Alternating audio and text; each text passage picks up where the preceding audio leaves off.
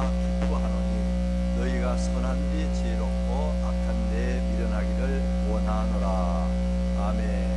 오늘로서 로마서 강의를 마치게 됩니다. 그간 1부, 2부 나누어서 51번째 제가 로마서를 설교하게 됐는데, 여러분 아시는 것처럼 로마서 1부는 1장부터 11장까지 믿음으로 구원받는다. 유대인도 이방인도. 그리고 12장부터 15장 이후에는 어떻게 구원받은 사람들이, 믿음으로 그저 구원받는 사람들이 생활은 어떻게 해야 될까? 착한 일에서 구원받는 게 아니라 이미 구원을 그냥 주었기 때문에 선한 생활을 감사함으로 해야 되는 걸 말씀드렸고, 16장에는 26명 이상의 사람이 나오는데, 이제 지난주에는 로마에 있는 성도들 중에서 참으로 신앙생활 잘하는 사람들 사도 바울이 문안하면서 그분들의 칭찬을 하는 내용의 말씀을 드렸습니다. 오늘은 이제 이 로마에 있는 성도 중에서 조심해야 되는 사람들이 있다. 그분들은 본받지 말라.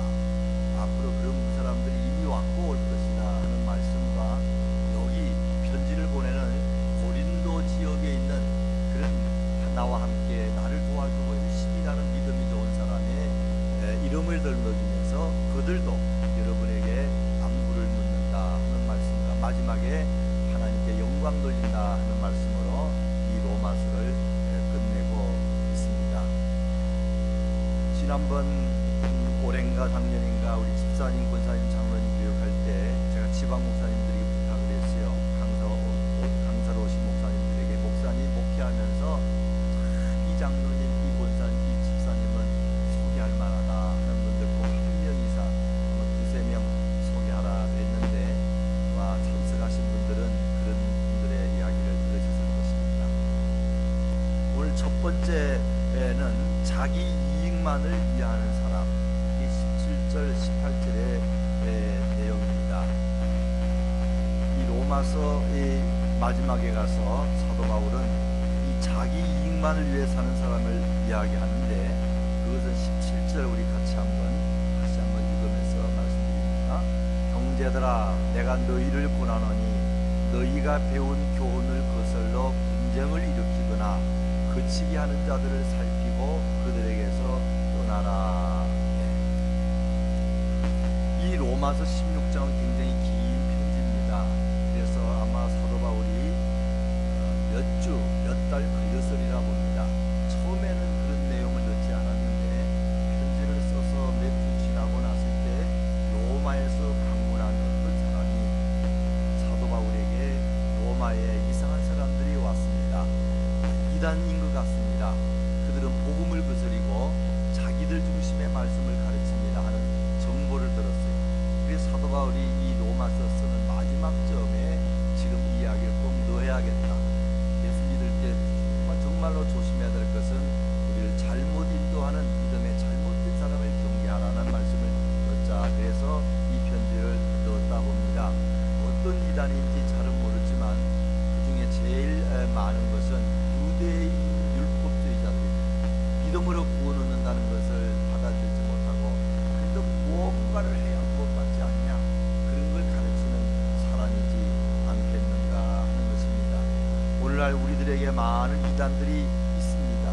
그들 따라가면은 여태까지 쌓아놨던 믿음이 다 무너지는 그런 경우들을 우리가 알아야 됩니다. 여기 17절에 보면은 형제들아, 내가 너희를 권하노니 너희가 배운 교훈을 거슬러. 배운 교훈이라는 것은 무슨 말인가? 이미 우리가 좋은 목회자를 통해서, 사도 바울을 통해서나 거기 있는 분들을 위해서 진리의 말씀을 잘 배웠다 이거예요.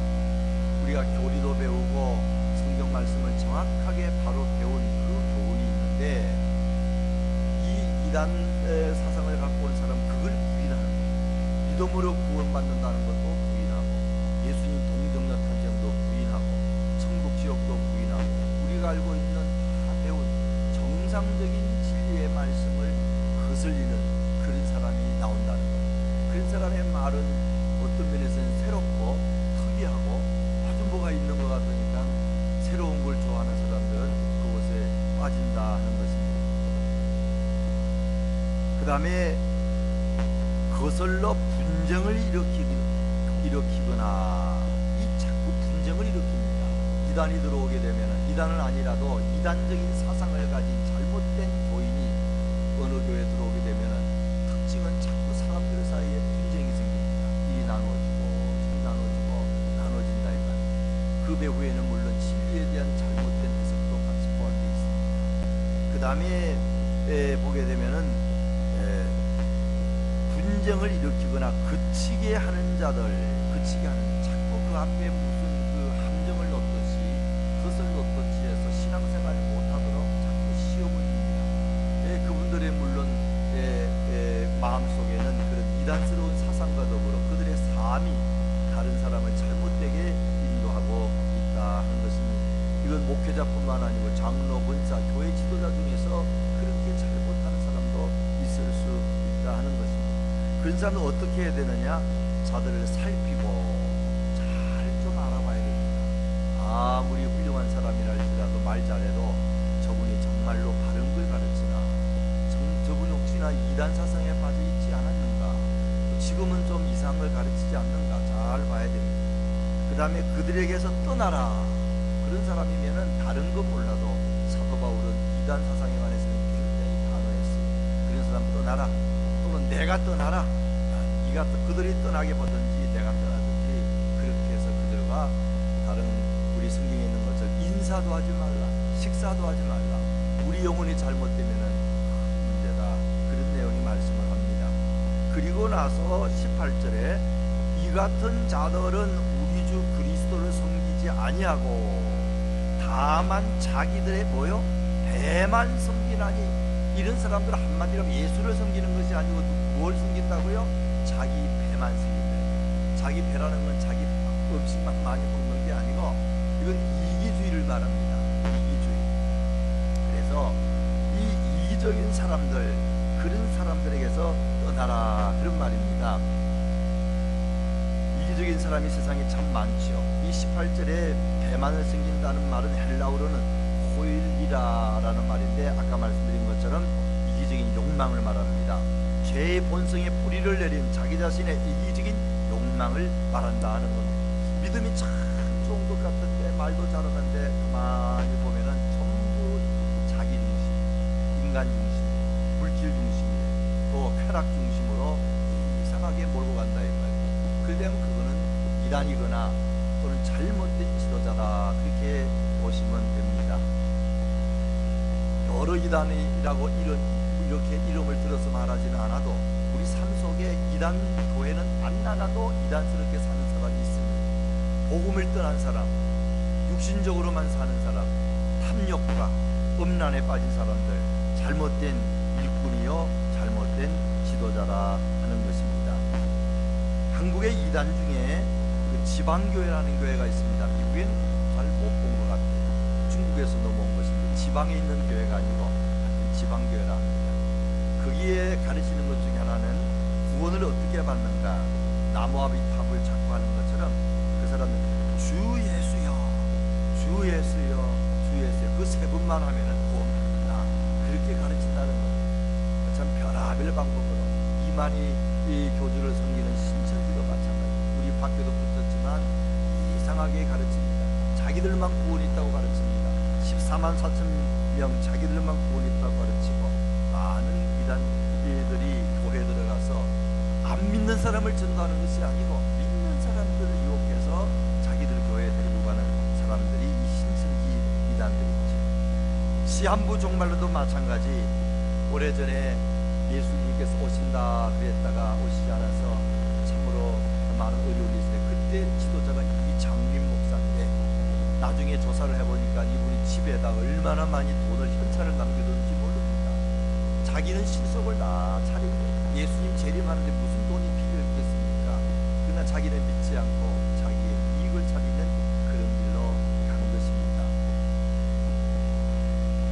목회자들 중에도 뭐 저도 물론 조심해야 되겠지만, 제가 어떤 목회자가 참 목회를 하는 걸 볼 때 저분이 어떻게 좀 잘못되게 하는 거다, 그걸 많이 느끼고 안타까워했는데, 최근에 또 여러 들어보니까 뭐 그 말이 맞겠죠. 근데 그분이 하는 말이, 그 교회가 특별히 새벽 기도를 했는데 40일 하게 되면은 특별히 새벽 기도 때 그 담임 목사가 강사를 하고 그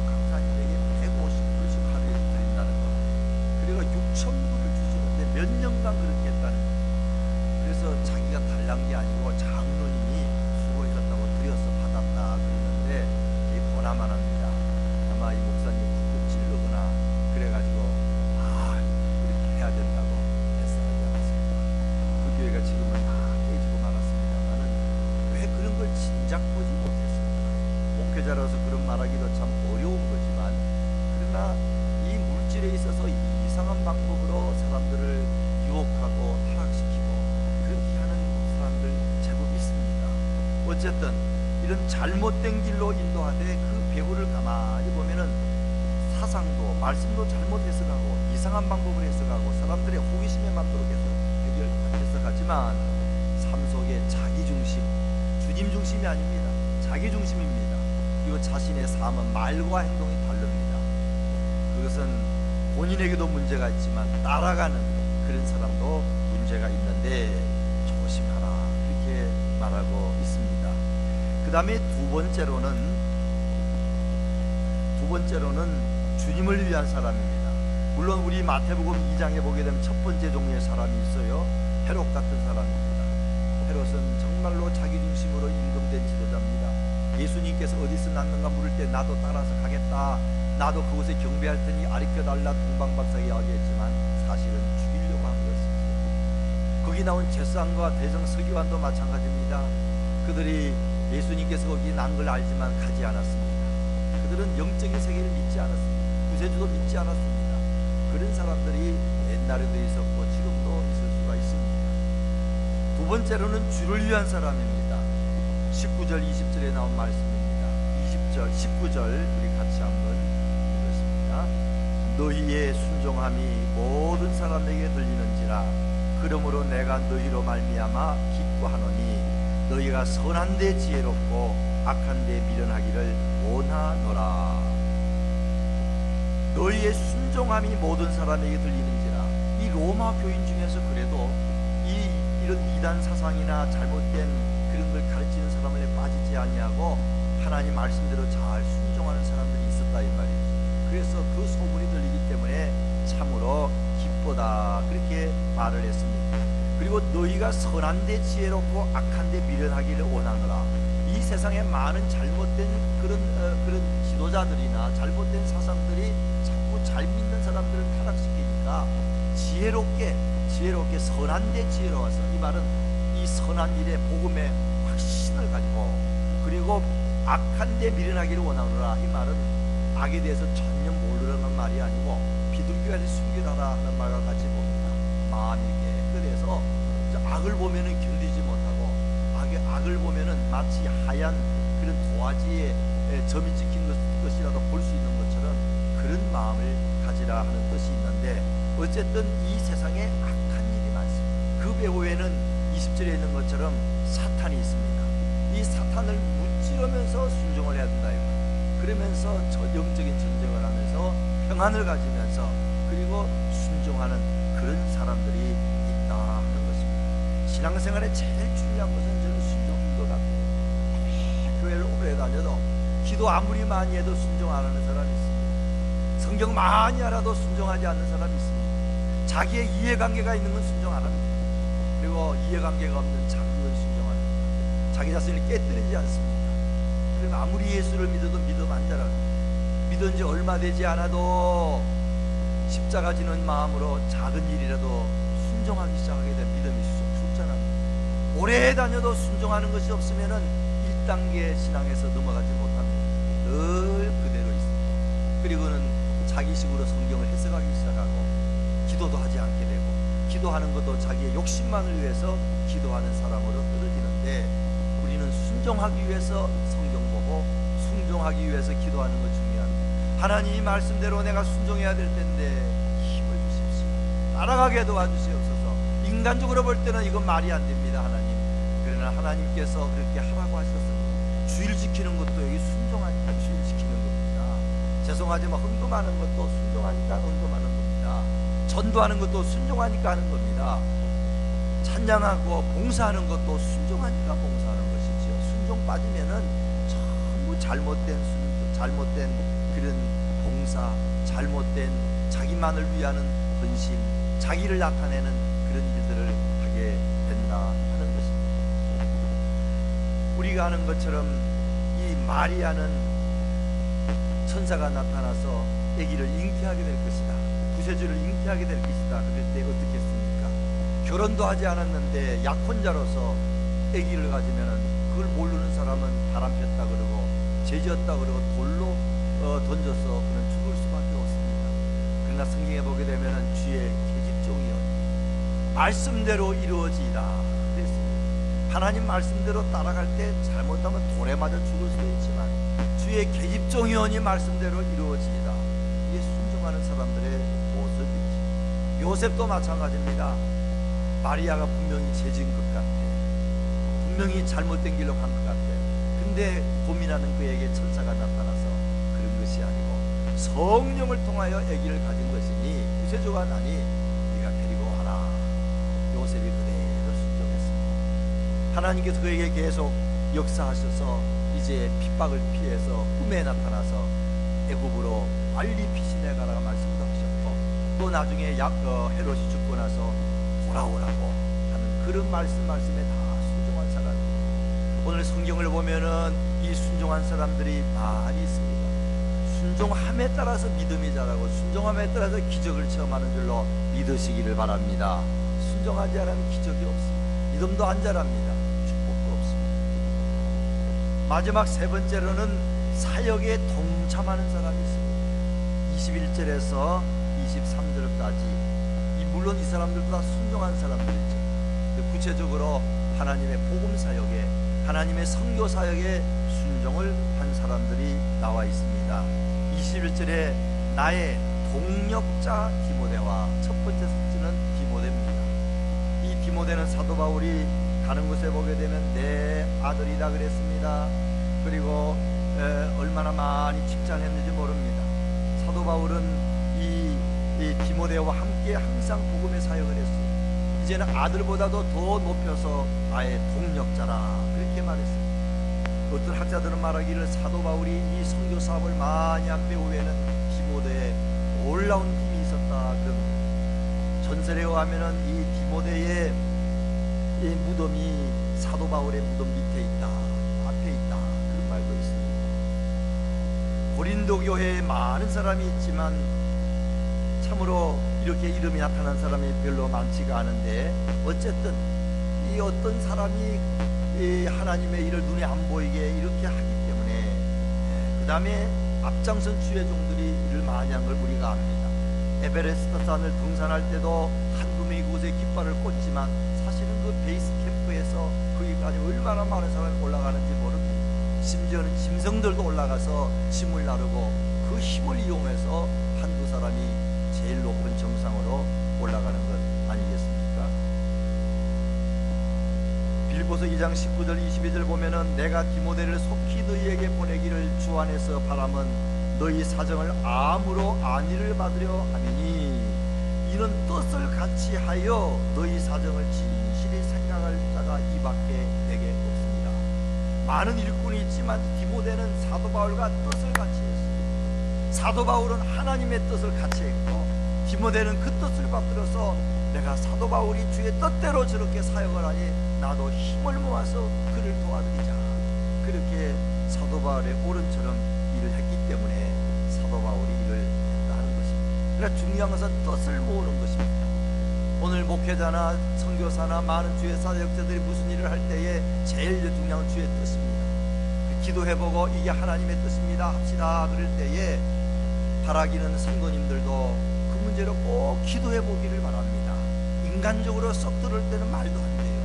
아유 선교사님이 목사님이 지도자가 잘못된 일을 하네 그렇게 보이는 것도 있습니다. 그럴 때에 기도해보면은 잘못됐으면은 고칠 것이고, 그렇지 않으면 기도해보면 아 내가 깨닫지 못했구나, 저분이 하나님의 뜻대로 하는구나.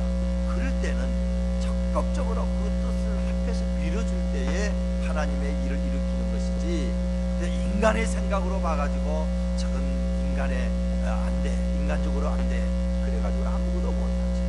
교회를 지을 때도 목회자나 지도자가 기도해보고 이게 교회 짓는 거 주의 뜻이다 그러면은 꼭 그런 걸 보면은 말도 안 될 때가 많습니다.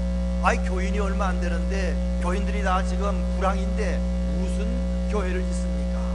그럴 때라도 그냥 그러지 말고 기도 한번 해보시기 바랍니다. 하나님, 이게 내가 볼 때는 말도 안 되는 이게 주의 뜻입니까 아닙니까 물어보고 기도할 때는 어떨까 하나님이 나중에 가르쳐 줍니다. 부부간에도 많이 다를 때가 많아요. 남편은 주의 뜻이라고 하지만 아내가 주의 뜻이 아니라 할 때도 많습니다. 그러나 중요한 것은 두 분이 다 기도하는 겁니다. 하나님, 이게 정말로 하나님의 뜻입니까? 그러면서 뜻이라는 것이 깨달아지기 시작하게 되면은 힘을 모아서 주의 일을 같이 할 때에 하나님의 사역이 더 넘쳐나는 줄로 믿으시기를 바랍니다. 이게 심한 이야기를 하고 있습니다. 너희 사정을 진실히 생각할 자가 이밖에 내게 없습니다. 디모데가 성도들의 사정을 진실히 생각한다 이 말이에요. 저희가 다 자기 일을 구하고 그리스도의 예수의 일을 구하지 아니하되, 사람들이 많은 것 같아도 가만히 보면 전부 자기 일만 구하지 그리스도의 일을 구하지 않고 다른 사람을 진실하게 생각하는 마음이 없는데, 디모데는 그런 마음이 있다는 것입니다. 디모데의 연단을 너희가 아노니, 디모데는 많은 연단을 받았어요. 고난받았어요. 그래서 하나님의 뜻을 잘 아는 눈이 열린 것 같아요. 자식이 아비에게 함같이 나와 함께 복음을 위하여 수고하였습니다. 정말 디모데는 사도 바울을 자기 아버지처럼 이렇게 섬기면서 또 주님을 섬기는 뜻 안에서 잘 섬겼기 때문에 사도 바울이 그렇게 선교를 할 수 있었다 하는 것입니다. 그 다음에 21절에 나의 동력자 디모데와 나의 친척 누기오는 사도행전 13장 1절에 보면 안디옥 교인입니다. 믿음이 좋은 교회 교인이기 때문에 아마 이분도 믿음이 좋았던 것 같습니다.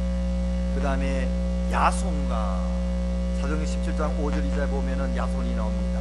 데살로니가의 사도 바울이 핍박을 받을 때에 그 집에 숨겨준 사람입니다. 그래서 유대인들이 찾아와서 사도 바울을 내놔라 그럴 때 내놓지 않았어요. 붙잡혀갔습니다. 성경에 매 맞았다는 말은 없지만 주석에 보면 매를 많이 맞았을 것이다. 그러나 말하지 않고 있다가 나중에 돌아와서 사도 바울을 다른 곳으로 피하게 만드는 사람이 야손이다. 이런 사람들 때문에 복음을 전파할 수가 있은 것입니다. 소시바드는 베레아 사람인데 사도행전 20장 4절에 보면 구제헌금을 예루살렘에 가져갈 모금을 한 사람이 된 것이다. 이렇게 봅니다. 이것도 하나님의 사역입니다. 그 다음에 22절에 이 편지를 기록하는 나 드디어도 주 안에서 너희를 문안하노라. 사도 바울이 눈이 잘 안 보였다고 하지 않습니까? 사도행전 9장에 보면은 다메섹 도상에서 큰 빛이 쪼이면서 말에서 떨어졌을 때 눈이 안 보였습니다. 그때 다시 회복이 됐지만 눈에 안진이 생겨서 좀 눈을 잘 못 본다 그런 학설도 있고, 또 하나는 그 1차 전도 여행 때 밤빌리아라는 곳에 갔을 때 동양의 눈병이라고 하는 옵달미라라고 한다 합니다. 그 눈병 안병이 걸려서 잘 보는 게 어려웠다.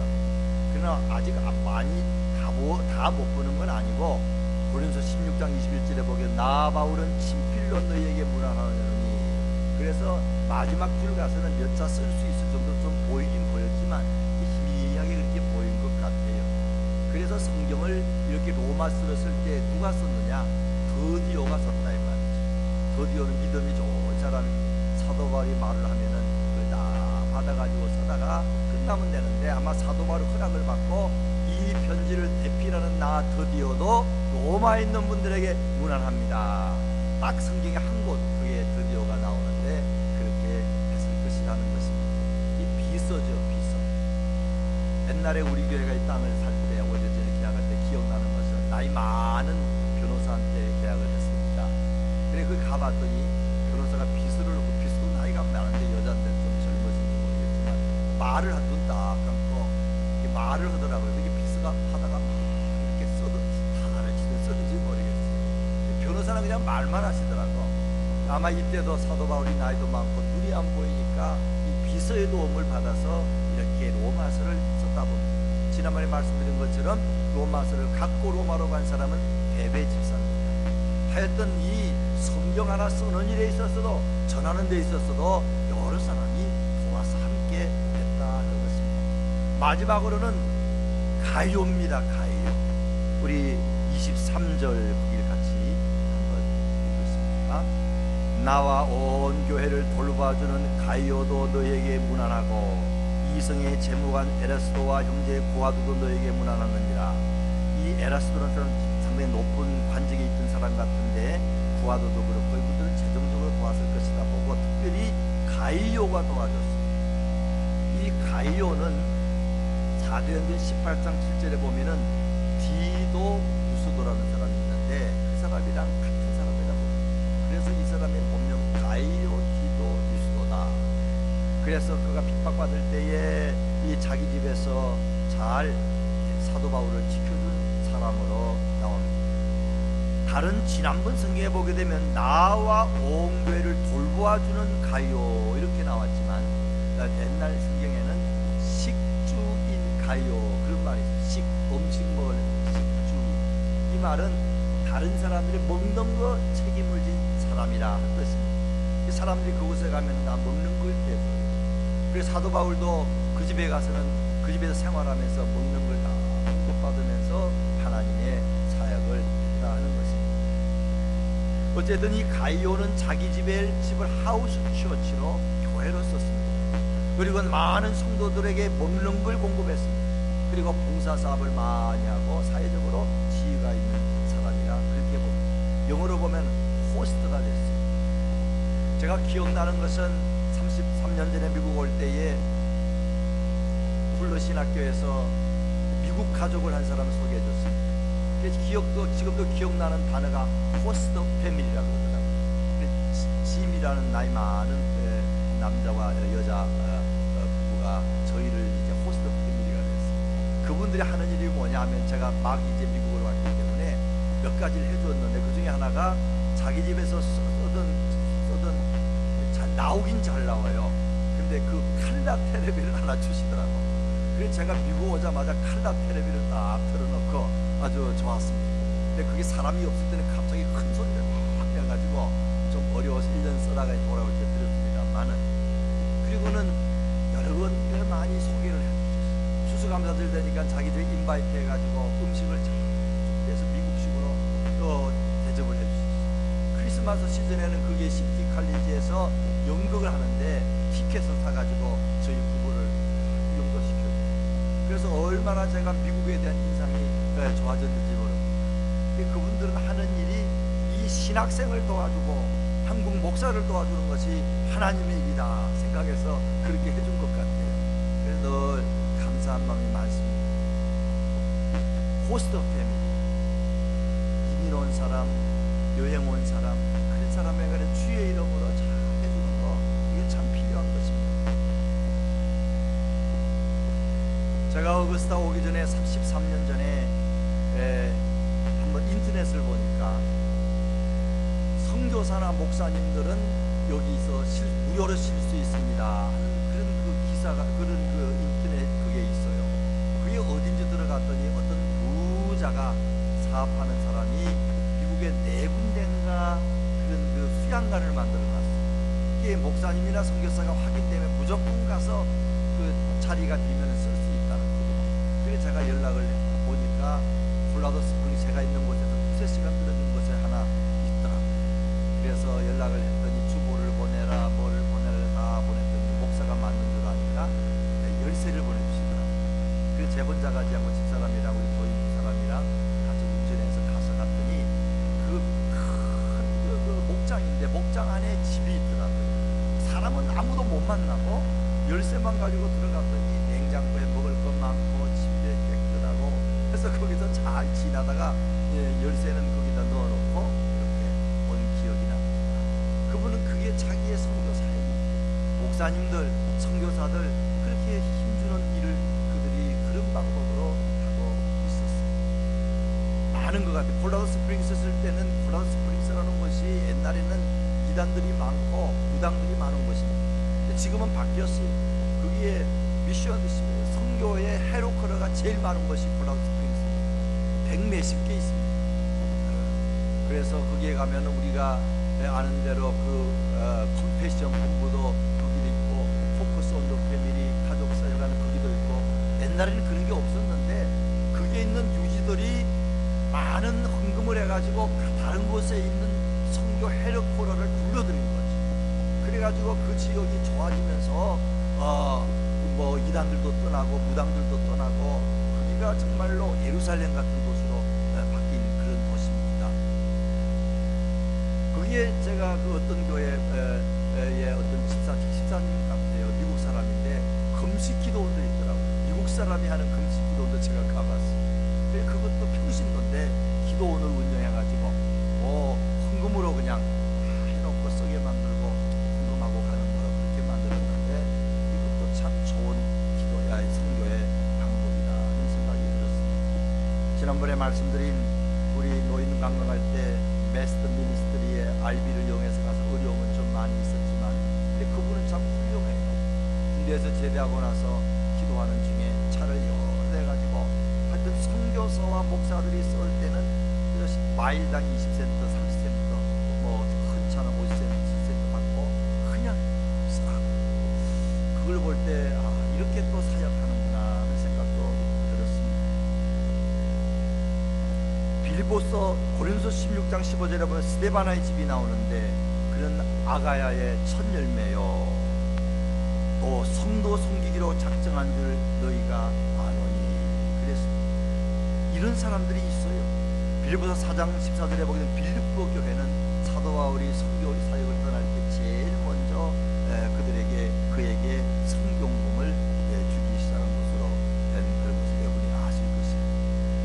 한국의 최기순 감독님이라고 계신데 옛날에는 목회자들이 다 어려웠어요. 지금은 그렇지 않지만 그분이 서울로 목회를 오게 됐는데 자기가 기억나는 장로님 한 분은 자기 아들 자녀들이 좀 많았던 것 같은데 그 목사님 앞으로 걱정하지 마십시오. 자녀 교육은 제가 다 시키겠습니다. 그래서 그 장로님의 자녀들 교육은 다 시켜주셨다. 그래서 자기가 목회를 마음껏 할 수 있어요. 오늘날은 뭐 그런 어려운 일이 없지만 옛날에는 목회자가 워낙 어려워서 자녀 때문에 어떤 사람 목회를 그만두는 사람도 있었거든요. 제가 새벽에 말씀드렸습니다만은 한국에서 오신 우리 어떤 선배 목사님은 미국 와서 목회 간두셨을 때 자녀들이 굶는 걸 보고 미국서는 목회할 수가 없다. 그래서 목회를 하지 않으시더라고요. 지금은 그런 정도까지는 아니지만 하여튼 많은 하나님의 평신도들이 이렇게 뒤에서 밀어줌으로 말미암아 초창기에 또는 선교 사역지 어려운 곳에서 많은 선교사들이나 목회자들이 일하는 걸 생각하면서 저와 여러분 이 일에 같이 동참하는 사람 되기를 주의 이름으로 부탁을 드립니다. 우리 찬송 한 장 부르시고 합심해서 한번 기도하겠습니다.